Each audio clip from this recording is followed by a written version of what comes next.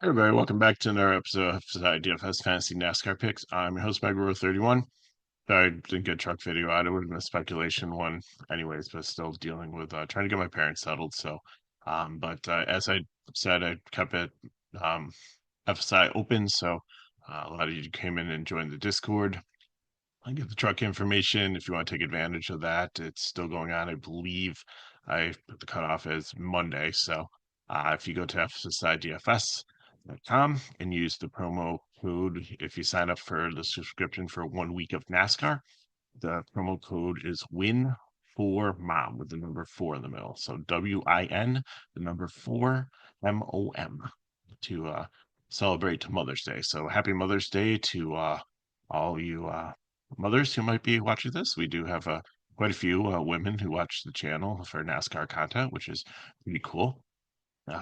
And for gentlemen, make sure you take care of your wives and your mothers. And if you don't have, if you lost your mother or don't, I'm sure there's some motherly figure in your life that you can reach out and say thank you to today. So you don't have to have children to be a mother. There's several women in my life that have been positive influence besides my mother, my grandmothers, my wife, and others. So, okay, on to NASCAR. Kansas, it's been a pretty good racing. The truck race was decent tonight. It seems like he could like dominate and win every single race if he doesn't run into like small issues like pits road or things like that. They had like a one of the lug nut wrenches broke, and then I think he had like a speeding penalty or something.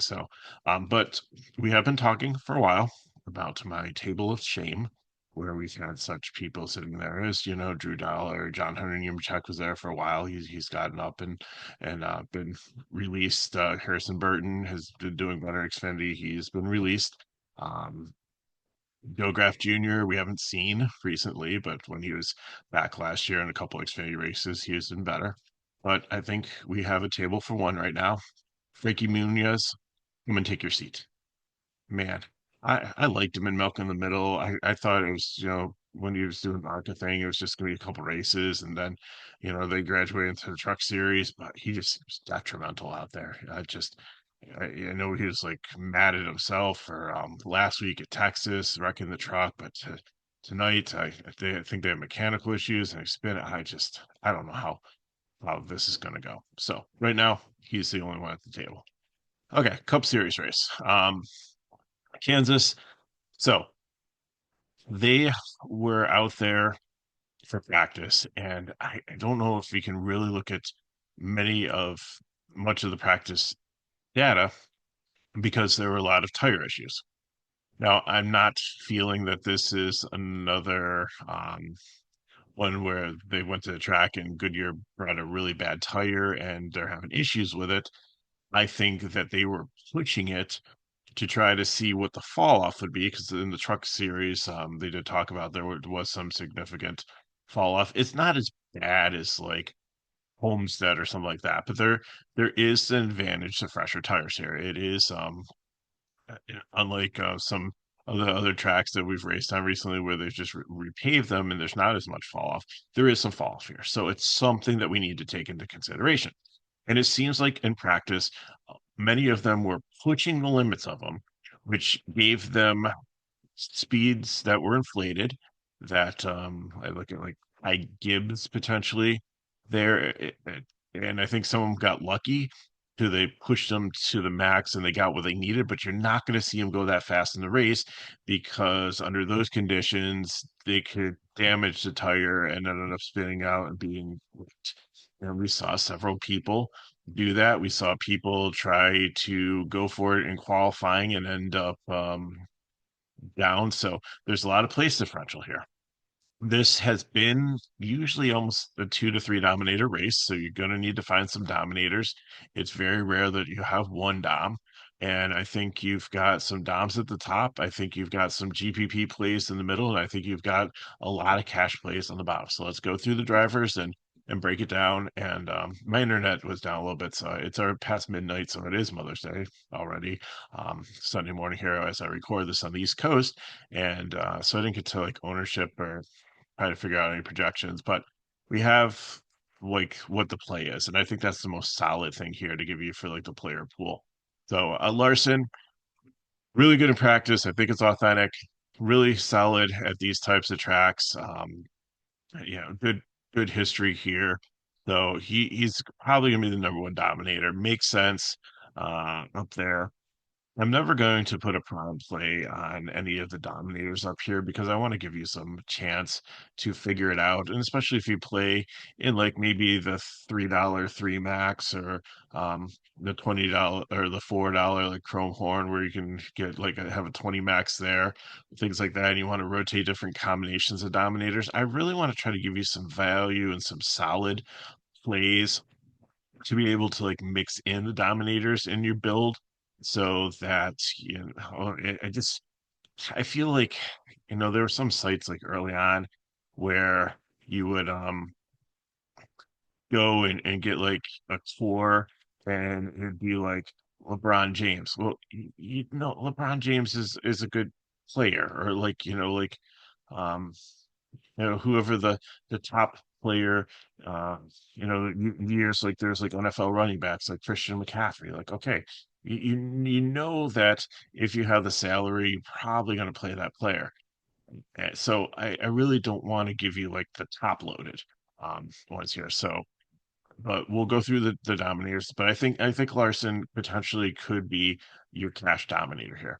Busher has run really, really well here. Also looked good in practice also, but I think he's gonna be an upside dominator. I think that's there's it's not really likely that Butcher or Bell are going to, and Bell, I don't know, I didn't like his fall off. So between the two of them, I don't know if Busher's going to get ahead of Larson, and I don't think Bell can stay up there even if he does with the fall off. And with like Reddick right there also, and how strong the Toyotas have been. I know Bell's in a Toyota, I get that, but Reddick and Larson have been so good here that I think the ones in between them have to be GPP plays.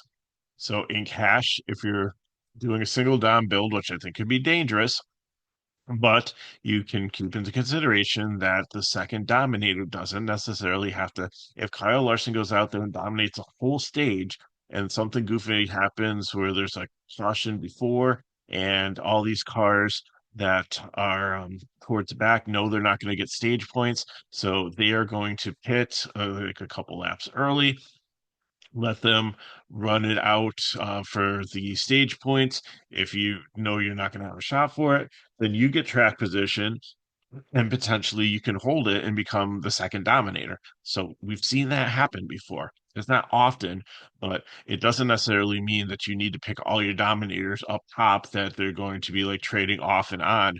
Um, Sometimes drivers that are deeper into the field can get up there, and I think Demi Hamlin is a perfect example for that because he goes out there and has strong cars, has great long run speed. He doesn't always show his cards in practice. He usually qualifies somewhere in the between like 15 and 10, but it's not uncommon for him to be up there in the second stage or in the third stage, like leading the race and getting dominating points. So you don't just because I have the purple doms and the orange doms up here doesn't necessarily mean that those are the only ones that you can consider dominators.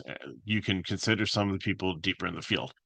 So for your second dominator, if you're doing a two dom build, I think what would most likely make sense here in a cash build.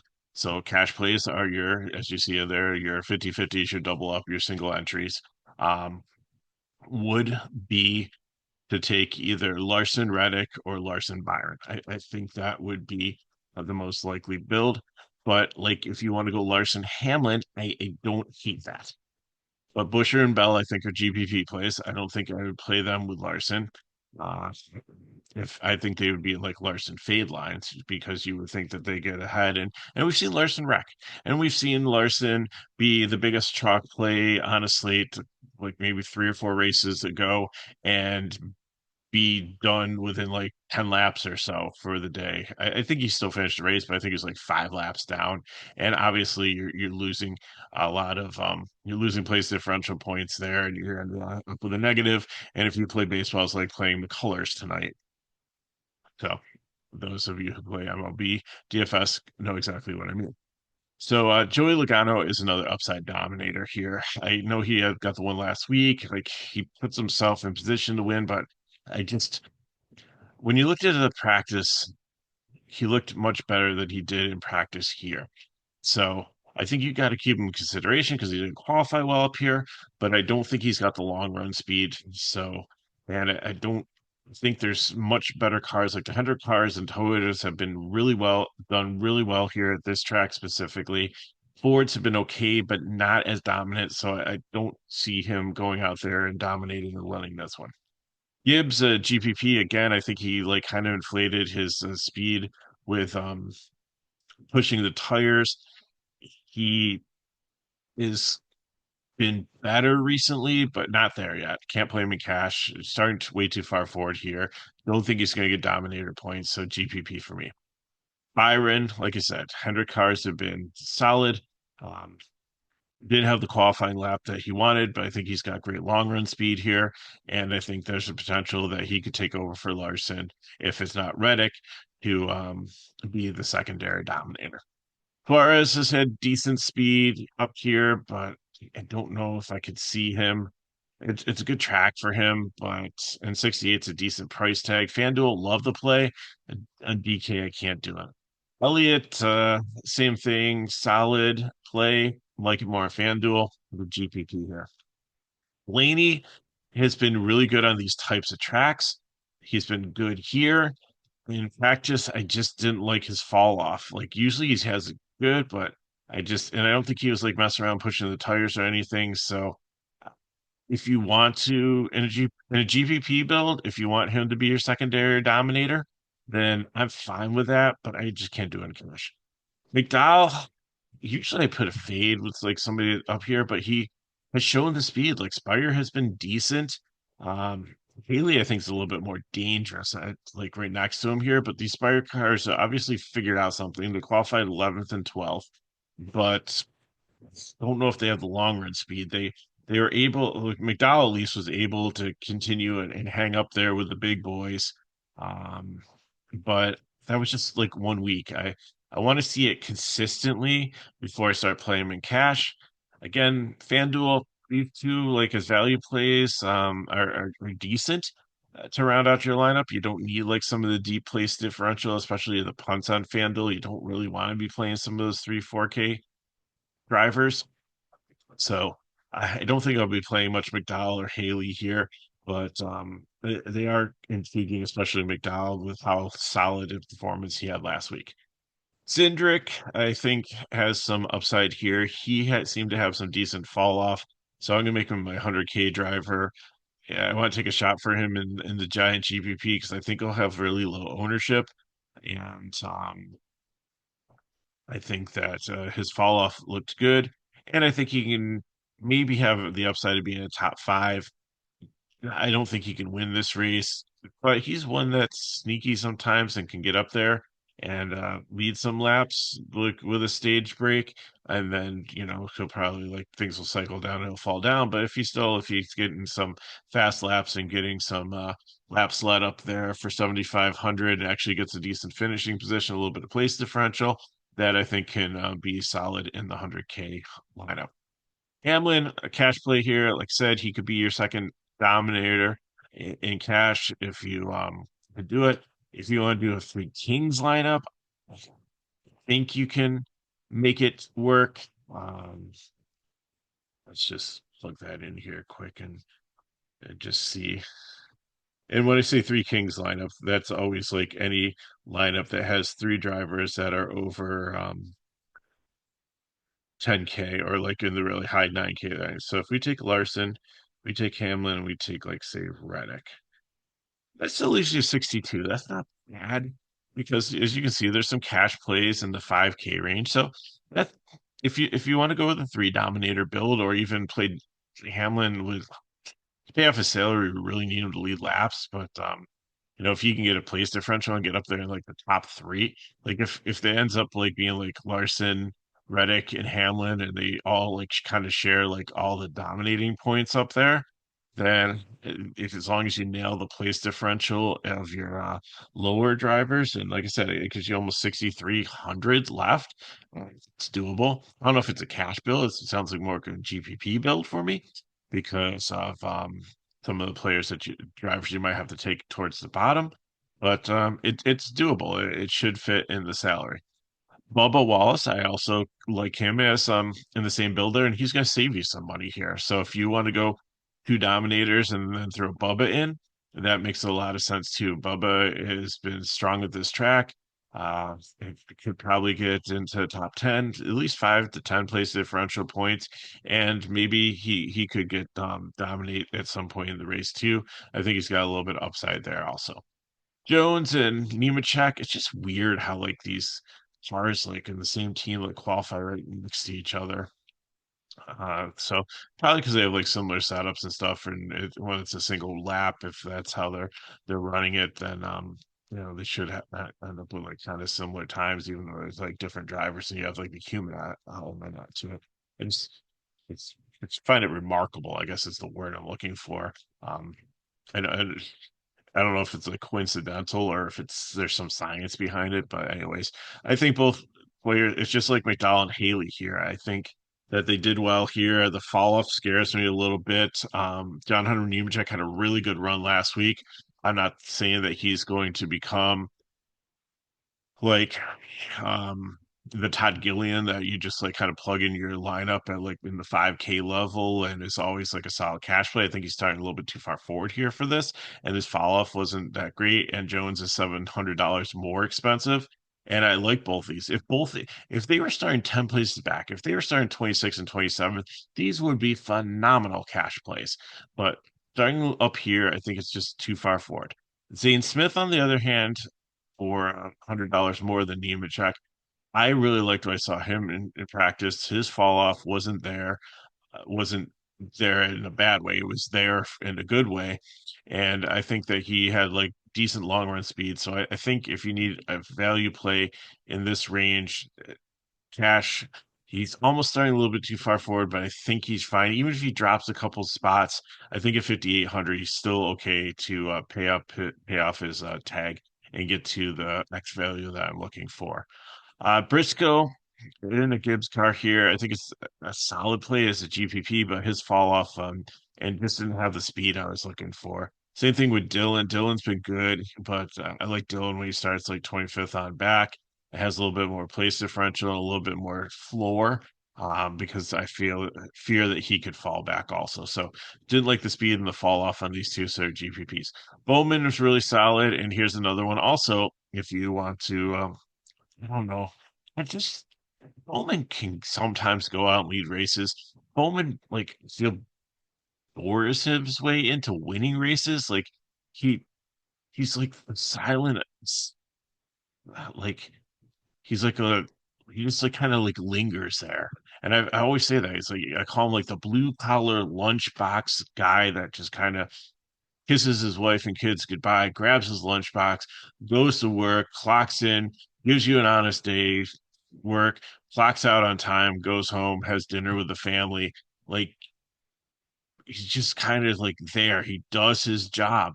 And like he it's not shocking where you're like they're rattling off the top like six and you're like, oh, Alex Bowman's fourth. How do you get up there? It just happens. He does well. Hendrick's cars are always strong. Hendrick's cars have run well at this track. He's run well at this track. So he has some place differential built in. The price of 7,800 is really nice here. So I feel he's a solid floor cash play.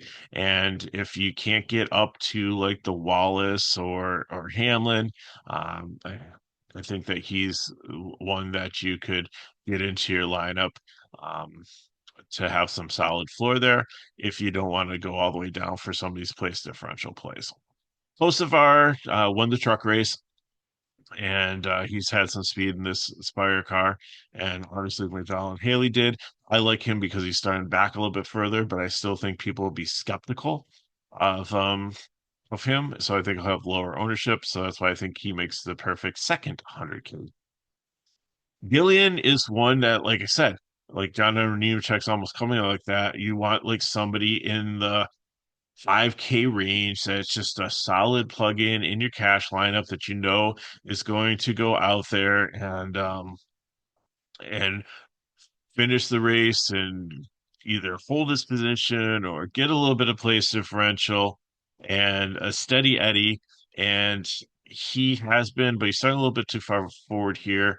And his fall off was really not good in practice. So I don't want to play him in cash here, but GPP he's okay. And again, same thing here. You've got two front row motorsports cars starting back to back in the same position. This is just kind of weird. Um, and again, maybe it's something scientific, maybe it's coincidental. I don't know. It's just these like random teams that it doesn't surprise me if like all the Hendrick cars are fast and they start like one, two, three up there. Like for the larger teams that have like speed and stuff, but for some of the smaller teams to have like teammates just like right next to each other, it's just I don't know. I just find it kind of bizarre tonight to look through this. So Gillian Grayson, same story here. You're saving 1,000, so obviously you're gonna play Gillian here. You're only losing one place differential point. Grayson, he just has found a lot of trouble recently. He's had some good cars and really hasn't like this four car with Harvick in it, and then Barry took over last year, and now Gregson is like kind of legendary, but they just really haven't. I know it moves from Stuart Haas to front row, so it's a different team ownership and everything like that. But he just hasn't done it really justice for anything for the iconic number that it has. So I think he's going to be a GPP until he can get things like kind of sorted out. Like I've always liked Gregson. I really enjoyed when like he and Cindric and oh Gibbs and like some of those other ones were like battling in the Xfinity series with one another.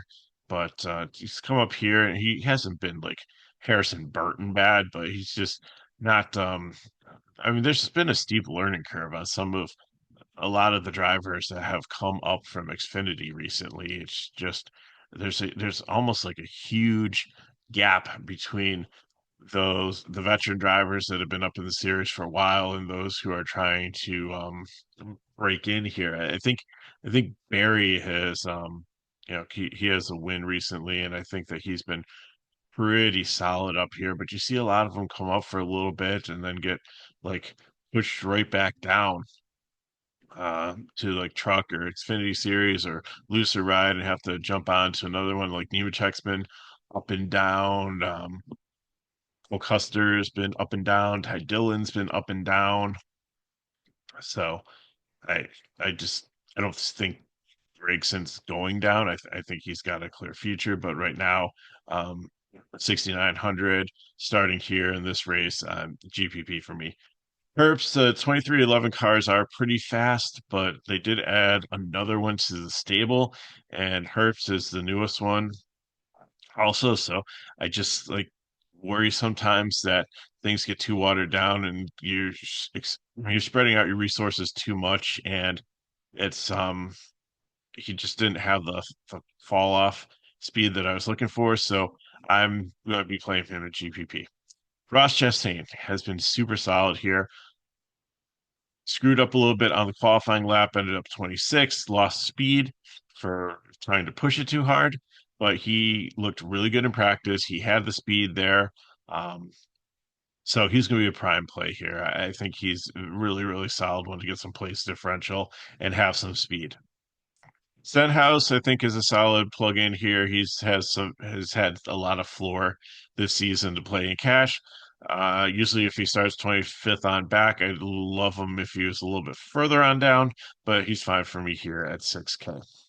Corey Heim, uh, he's coming up for the Truck Series in the 2311, and like I said, it's kind of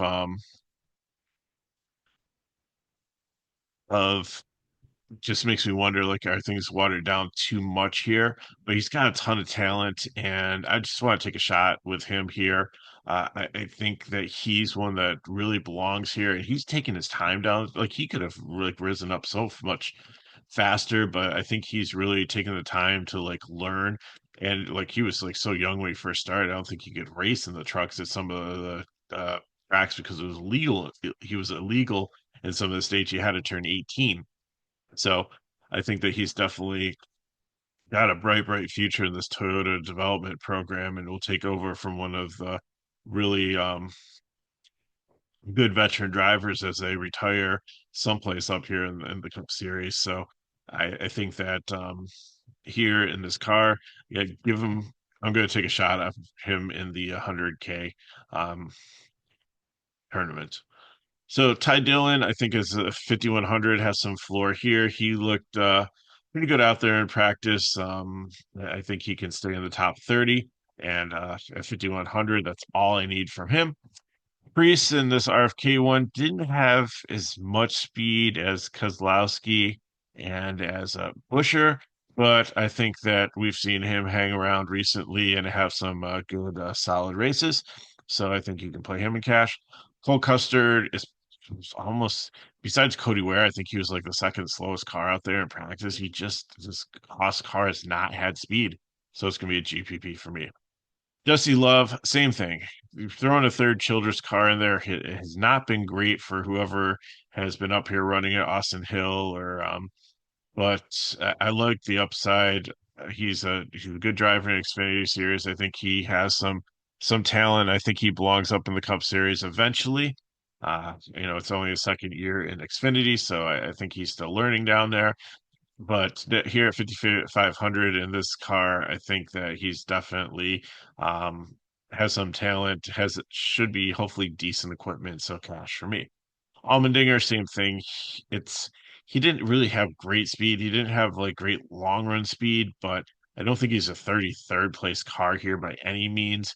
I don't know if he's run many times at Kansas because he's bounced up and down between Xfinity and Cup, but I do think that he could probably get up into the top 25. So like maybe at least 8 place differential points there, 6,100. I think that's solid. Shane Van Gisbergen has came on like a gangbuster onto the scene after winning that Chicago land race in his first race, and he's really dominant on road courses. But on everything else in the Cup Series, like he was like he learned really well in Xfinity last year, but in the Cup Series, it just isn't clicking. And how Trackhouse has stepped back a little bit over the last couple of years. I don't know what it is. They're up there like every so often they'll be like, oh yeah, Trackhouse, hey, Trackhouse car won, cool. They're still here, but they're not a force to be reckoned with. And this Shane Van Gisbergen car has had some upside, and other times he's not been able to stay on the lead lap. So give me GPP for me here. I don't hate the punt play down here. I think I prefer Dylan for like $100 more, or Jesse Love for $500 more. I think they have more upside, but I think he's definitely playable. Kyle Busch, probably going to have the highest ownership here. He has been so good at this racetrack.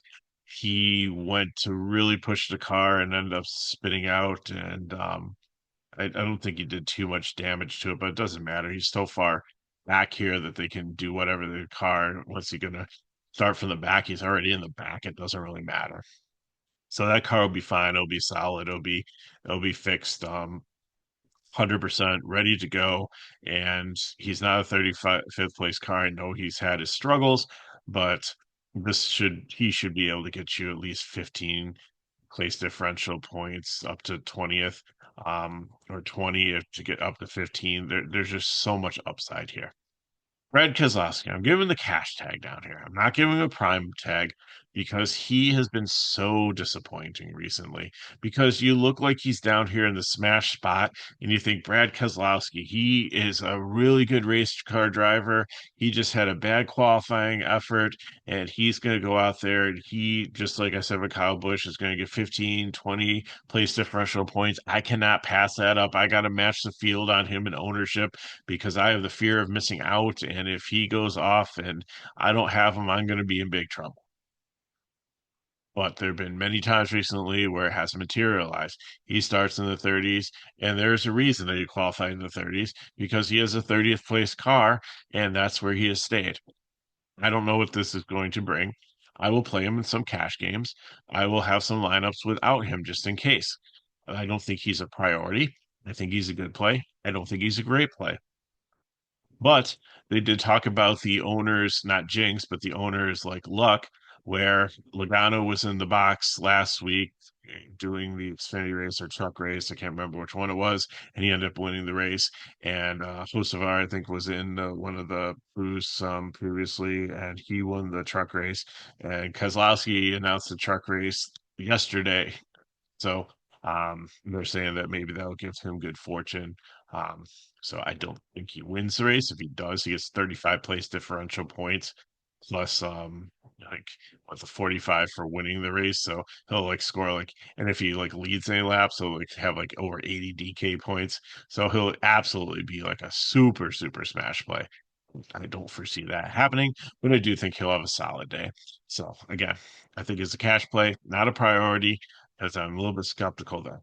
But anywhere I think it can be the only fade on here. Like if you have to, like if you really need to, and there was one build where I tried to get some of my primes in and three dominators, and I only had 48 left, and I was like, really? Am I really gonna play Cody Ware? So what did I do? I scrapped that lineup. I threw it in like the 10 cents just in case. But then I rebuilt the lineup and I was actually didn't have to play Cody Ware and I was actually very satisfied with like how the lineup played out. And it was just like by switching like one driver for like 200 more dollars, I got up to Ty Dillon. I somehow I could recover like I think I had like 49 and there's nobody here for 49. So I got 200 more dollars with the what driver I switched. I was happy with the switch. I felt that they were kind of not even there and it got me up to Ty Dillon and now I'll be able to sleep much better tonight. And then Josh Berry's got to be a prime play down here. Same thing. Like he was tire issue, but I can't remember if it was tire issue or he biffed in qualifying. But again, if there's any damage to the car, they'll have it fixed. He'll be ready to go. Not a 38th place car. Wasn't great, but it definitely a lot of solid place differential. So I think the moral of the story is like you can take Larson and you can stack up all this place differential back here. And if he goes out there and it's like a super dominator and nobody else gets any dominating points hardly, then you're fine. You're going to do very well. But I do fear that you probably need a second dominator. So, like this juicy place differential here, if Chastain is too expensive for you and you want to go like Bush, Kozlowski, and Barry as your core to get you the extra 17 to get up to get like two 10K drivers, that's fine. I can do that. Or if you want to make Ty Dillon at 51, or AJ Allmendinger as like the prime play there and build your core with like Bush, Barry, and like Dylan to save some money. I do think Chastain is a solid play here, and I think he'll be like in the medium ownership range. I don't think he'll be in the high ownership range because I kind of like that as a prime because I think that might differentiate your lineups.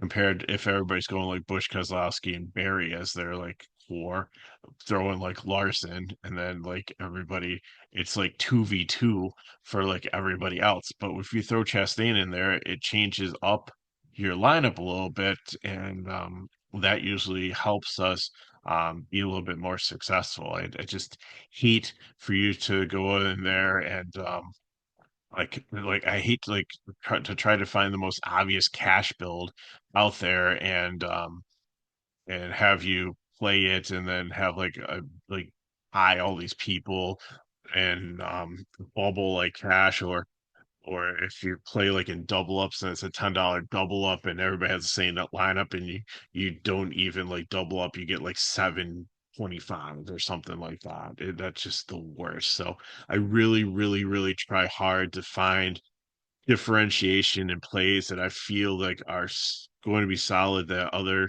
um providers might like not consider as much and then build the lineups and look at them and run some numbers and see how they feel and I really like Chastain, Bush and Barry with probably Larson and then you can figure out the rest from now. Like it's just two more drivers. Like I said again, if you want to save some money, you can drop off of like Chastain and but go down. So you're like picking up more potential place differential, and it's giving you a little bit more floor because if the driver wrecks, you're not losing as many points for that. So I got for you. Like I said, next weekend I don't know what's going to happen. The truck race there is it's North Wilkesboro. It's the All-Star race. I don't know. The truck race is such a tight window. It's going to be super hard. But if you're signing up for FSI DFS, remember the promotion code WIN, the number 4, MOM, MOM. If you go and sign up for the week package, it's like for a full week. So if it's this video is not releasing till like probably 1 in the morning in the East Coast. So if you sign up sometime Sunday morning, it's going to carry you to next Sunday morning. So you should be able to get at least the truck information because I will probably be able to at least get that out to everybody. It's going to be really close. Definitely won't be able to get a video in. And the same thing, I'll try to do a video for Cup next week, but we're not going to have the lineups. So it's kind of going to be a speculation one because they have the last chance race, which we know whoever makes it in, like you're probably going to play those three at the bottom, and then they usually throw in the fan favorite. So those ones for place differential, you probably want to play towards the back. So we'll have a video to kind of talk about it and just to have some fun. But again, on FSI, DFS, and Discord, I will have the true sheet for you for that. And that race, I think, is like, I think at 5 o'clock is the uh, last chance race, and then they set the lineup, and then I think there's an hour in between. It's like 7:30, 8 o'clock is when the All Star race starts. So it should be fun and exciting. It's just hard for DFS content providers because you have such little time in between the different races and stuff to be able to look at the final thing, to put together a table, to get everything published, produced, sent out, comments, answer questions, things like that. So again, hope everybody has a great Mother's Day weekend. Good luck in your contests. If you want more information on FSide DFS, the description of the video. Anytime you want to sign up, it's $6 a day, covers everything. And right now, this is great, especially weekends. We've got soccer with Charlie still going on, and he'll continue to do slates throughout the summer. We have NBA playoffs, NHL playoffs. Kurt's going to be having WNBA pretty soon, MLB. Um, uh, we cover like sometimes two slates a day on that. Showdowns, like tiers, all kinds of stuff like that. So, and PGA, it's their Thursday, Friday, Saturday, Sunday. So, a lot to check out. And also, if these videos help us back, like, subscribe to our channel, and share with your friends. So, thanks for watching. Thanks everyone for watching. We've every single video has over 1,000 views for Cup this season. So, I super appreciate that. So, good luck in your contests, and I'll try to get some content out next week to you if it's just the Cup speculation video, and then things should return more normal the next week as we hit Charlotte. So, um, thank you for watching. Happy Mother's Day once again. Good luck in your contest. I'll see you next time.